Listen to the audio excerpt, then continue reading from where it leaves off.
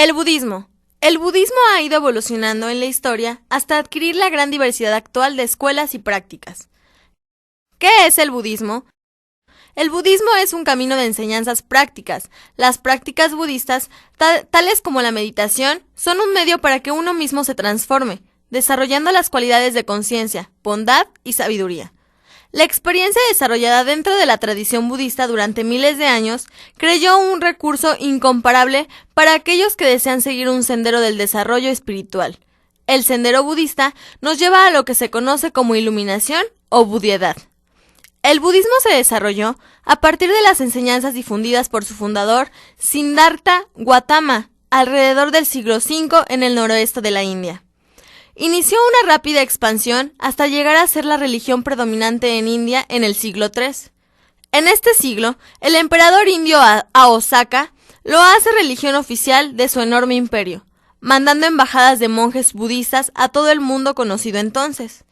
No será hasta el siglo VII cuando iniciará su declive en una tierra de origen, aunque para entonces ya se habría expandido a muchos territorios. En el siglo VIII había llegado a su casi completa desaparición de la India, pero se había propagado con éxito por la mayoría del continente asiático. El budismo ha ayudado en la difusión del lenguaje y la adopción de valores humanistas y universalistas. Es una filosofía importante en Asia, donde se encuentra presente en la totalidad de sus países. Desde el siglo pasado, se ha expandido también por el resto del mundo. Al carecer de una deidad suprema, pero mostrar a la vez su carácter salvífico y universalista, ha sido descrita también como fenómeno transcultural, filosofía o método de transformación. El budismo es el número de seguidores de una de las grandes religiones del planeta. Contiene una gran variedad de escuelas, doctrinas y prácticas que históricamente se han clasificado en el budismo. ¿Quién fue el Buda? La palabra Buda es un título o un epitetio y no un nombre. Significa alguien que está despierto, en el sentido de haberse despertado a la realidad. El título describe al hombre de un llamado Siddhartha Gautama, quien vivió hace 2500 años en el norte de la India. Cuando tenía 35 años, después de largos años de esfuerzo, logró la iluminación al estar en una profunda meditación. Durante los restantes 45 años de su vida, viajó por gran parte al norte de la India, diseminando su enseñanza del sendero hacia la iluminación. Su enseñanza se conoce en el Oriente como el Buda Dharma, la enseñanza del iluminado. Viajando de lugar a lugar, el Buda enseñó a numerosos discípulos, muchos de los cuales lograron también este estado de iluminación. Ellos, a su vez, enseñaron a otros, y de este modo una cadena interrumpida de enseñanza que continúa hasta el día de hoy. El Buda no era un dios ni profeta de Dios, tampoco se declaró como un ser divino. Hay certeza histórica y científica sobre la existencia del Buda Gautama, originalmente llamado Siddhartha Gautama, y conocido después también como Sayakumi o Tathagata. Se sabe que provenía de la segunda casta hindú, compuesta de guerreros y nobles. No obstante, algunos estudiosos como Andreu Barau afirman que no es posible saber con exactitud si era un príncipe o un noble.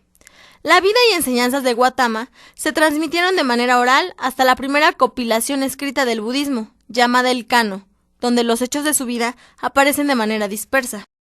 El loto es el símbolo del despertar. El florecimiento del loto representa al momento del nirvana. Siddhartha, después de casi morir de hambre a causa de estricto ascetismo, se dio cuenta de que la moderación entre los extremos de la mortificación y la indulgencia hasta la experiencia sensorial lograba incrementar sus energías, su lucidez y su meditación. Tradiciones y escuelas budistas. El budismo no está organizado con una jerarquía vertical. La autoridad religiosa se basa en los textos sagrados, los sutras, literalmente discursos. Además de eso, hay un numeroso material de interpretación en el que contribuyen maestros y personajes a través de la historia que los han comentado y analizado. La comunidad monástica se organiza históricamente por líneas de transmisión en el tiempo.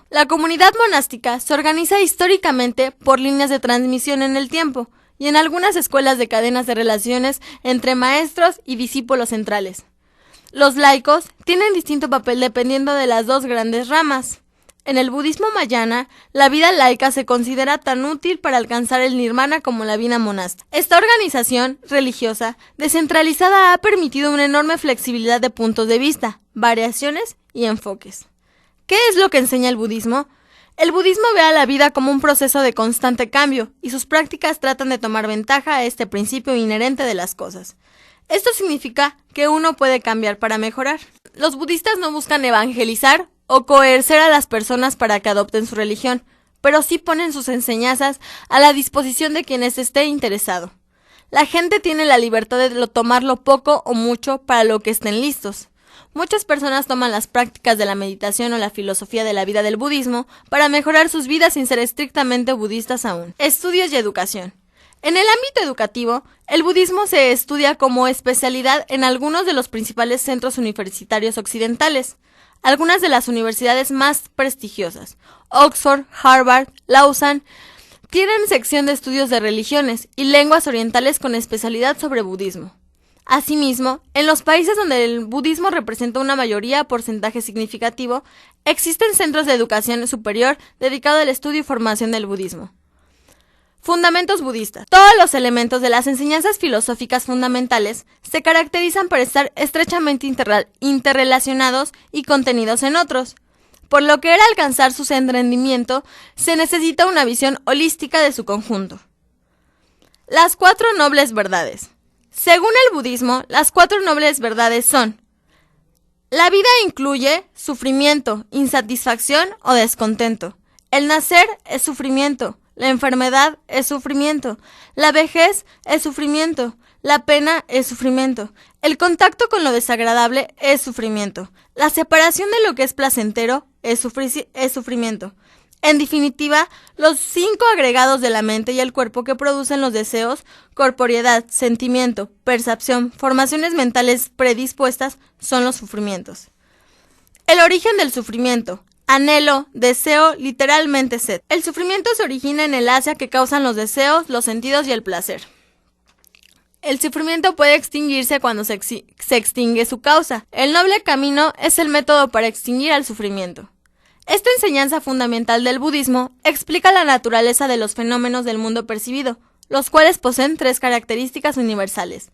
Adniya, que significa impermanencia. Anitya, impermanencia.